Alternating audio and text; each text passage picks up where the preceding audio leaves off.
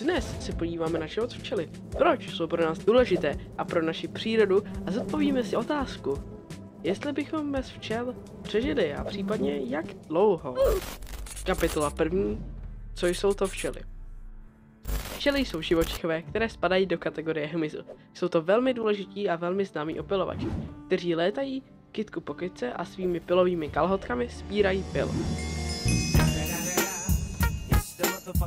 V podstatě jsou to pro nás takové roztomilé letadýlka, které jsou ale pro nás mnohem víc důležité, než si dokážou někteří lidé představit.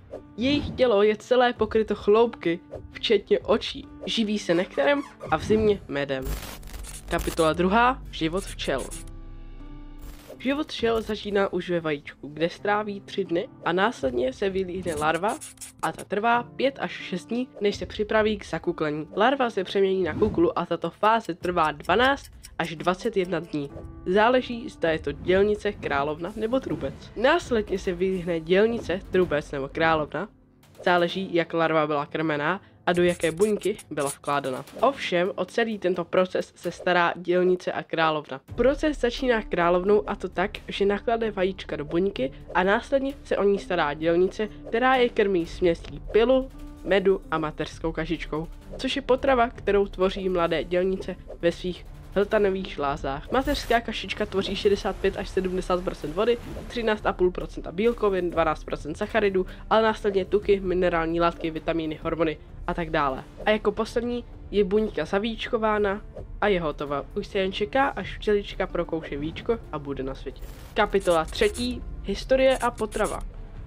Historie včel sahá až do dávných dob. Konkrétně o tom píše i článek od National Geographic, který říká, že byly nalezeny hnízda staré 100 milionů let, které stavily včely. Tuto informaci potvrzuje včelí fosílie, která je údajně stará 70 až 80 milionů let. Teď ovšem odskočíme od historie včel a podíváme se na jejich stavbu těla.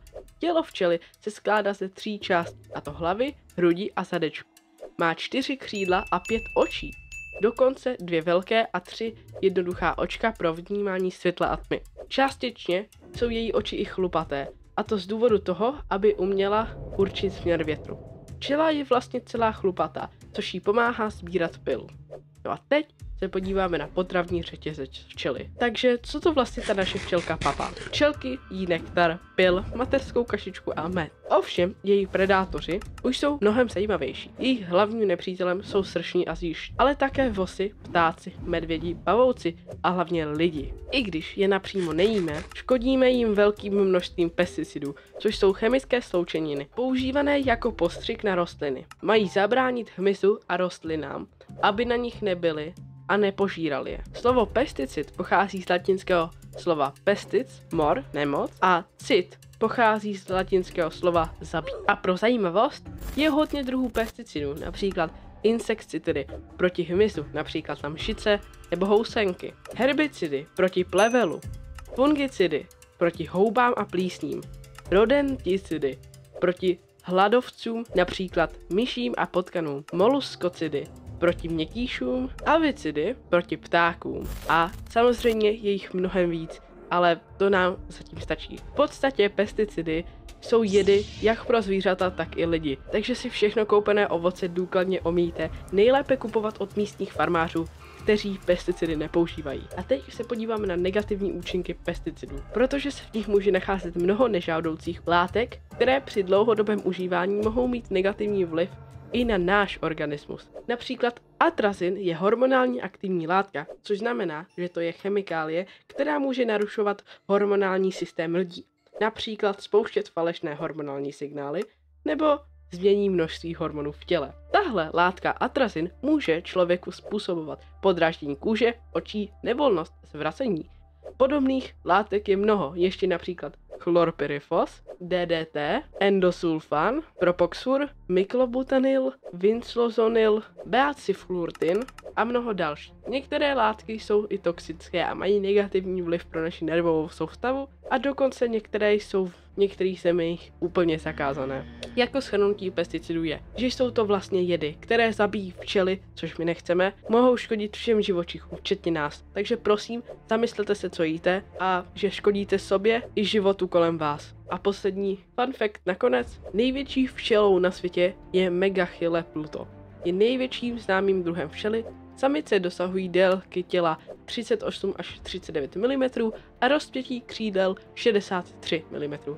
Samci jsou menší, bývají dlouzí okolo 23 mm a jejich hlava má výrazně prodloužené kusadlo. To je z mého výkladu všechno a teď předám slovo kolegyni.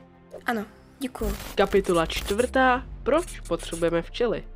Už jste si někdy kladli otázku, k čemu potřebujeme včely? Všichni jistě víte, že včely vyrábí med. Ale co dál? K čemu dalšímu jsou nám včely? Proč je potřebujeme?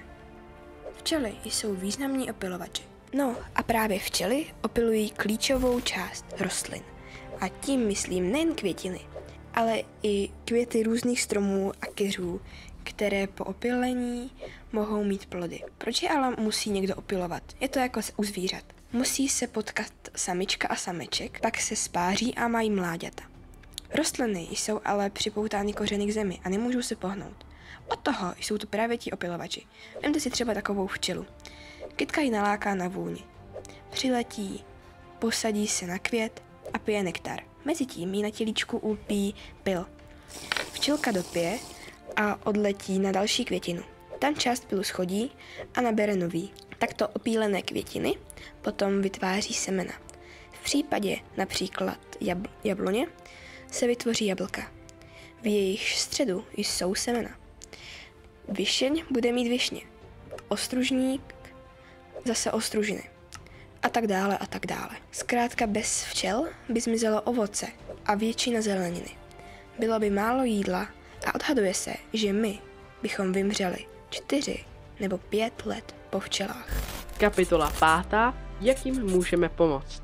Vím, že to teď po našem výkladu vypadá bledě. Včely vymírají kvůli pesticidům a nedostatku potravy. Ale nezoufejte. Je tu pár věcí, které můžeme dělat i my jako jednotlivci. Můžeme kupovat biopotraviny nebo nakupovat na trhu a tak pořit lokální farmáře. Med rovněž kupovat u lokálních včelařů. A především sázet. Sázet cokoliv, co kvete. Na trávníku před domem nesečte dřív, než všechno odkvete. Na balkon si dejte květináč s květinami. Ti z vás, co máte zahradu, pole nebo sad, přesvědčte rodiče, aby nepoužívali postřiky. Běžte za rodiči a poproste je o květinu. Normální květinu v květináči. Běžte za kamarády a řekněte jim to, co jste se dnes naučili a jak mohou pomoci. Každá maličkost se počítá. Jedno malé kolečko dokáže rozpohybovat obrovská kola osudu. A to neplatí jenom pro včely. Pro klimatické oteplování, znečištění moří a mnoho dalšího. Máme jen jednu planetu a tak se o ní musíme starat.